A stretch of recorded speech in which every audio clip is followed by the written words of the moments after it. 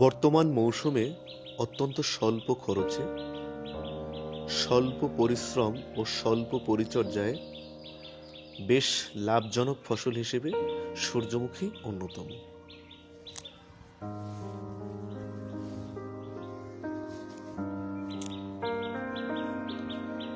বিশেষ করে বছরের নভেম্বর ও ডিসেম্বর মাস সূর্যমুখী চাষের সবচেয়ে উপযোগী সময়। তবে চাইলে জানুয়ারি মাস পর্যন্ত এই ফুলের চাষ করা সম্ভব। যে কোনো জমিতে খুব অল্প পরিচর্যায় এই ফুলের চাষ করে বেশ ভালো ফলন পেতে পারেন। তবে এই ফুল চাষের ক্ষেত্রে বেলে দোআঁশ মাটি সবচেয়ে বেশি উপযোগী।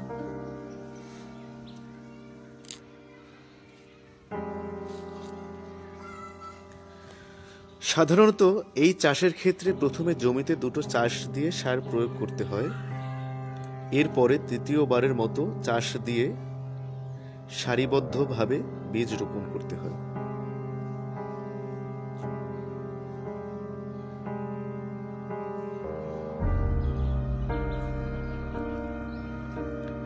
বীজ রোপণের ক্ষেত্রে একটি বীজ থেকে অন্য বীজের দূরত্ব ৪৫ সেন্টিমিটার এবং একটি সারি থেকে অন্য সারির দূরত্ব ৭৫ সেন্টিমিটার হওয়া উচিত।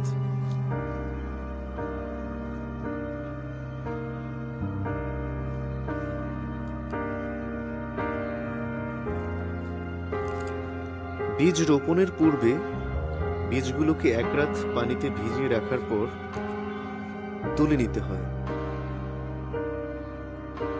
তারপর একটি শুকনো পাত্রে রেখে মুখ বন্ধ করে পুনরায় এক রাত রেখে দিলে খুব সহজেই সুন্দর অঙ্কুর উৎপন্ন হয়।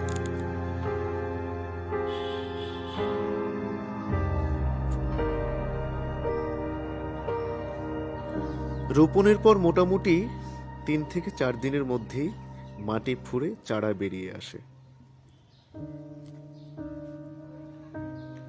এবং ২ মাসের মাথায় গাছে ফুল ধরে। এই চাষে মূলত পোকামাকড়ের উপদ্রব কম, আর পোকামাকড়ের উপদ্রব কম হওয়ায় খুব একটা কীটনাশক ব্যবহার করতে হয় না।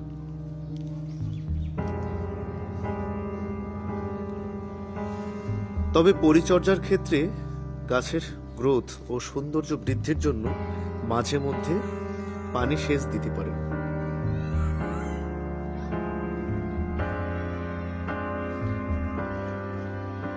এছাড়া চাইলে ফুল আসার পরে ২-১ বার স্প্রে করে নিতে পারেন।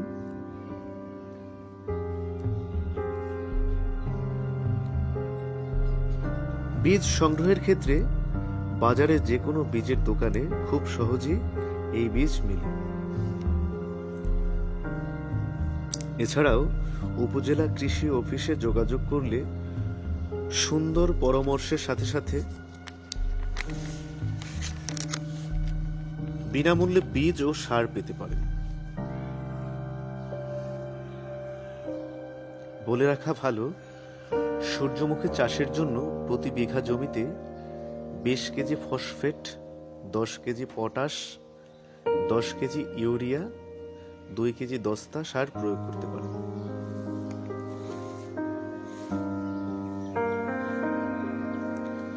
বাজারের অন্যান্য সাধারণ তেলের তুলনায় সূর্যমুখী তেল দামে ও পুষ্টিগুণে অনন্য। শুধু তেল নয়, গরুর খাবার হিসেবে সূর্যমুখীর খৈল বাজারজাত করাও সম্ভব।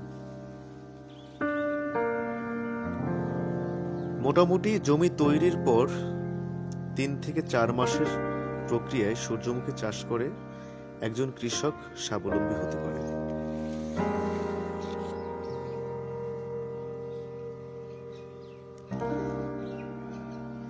সবাইকে অসংখ্য ধন্যবাদ। আমার ভিডিওটি যদি ভালো লেগে থাকে তবে অবশ্যই লাইক, কমেন্ট এবং শেয়ার করে দেবেন।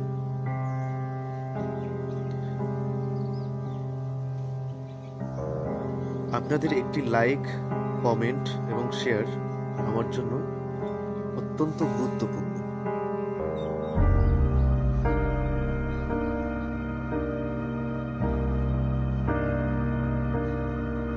সবাই ভালো থাকবেন, সুস্থ থাকবেন, আর বাংলাদেশকে এগিয়ে নিয়ে যাবেন কৃষি খাতে। আজ এই পর্যন্তই। ভালো থাকবেন।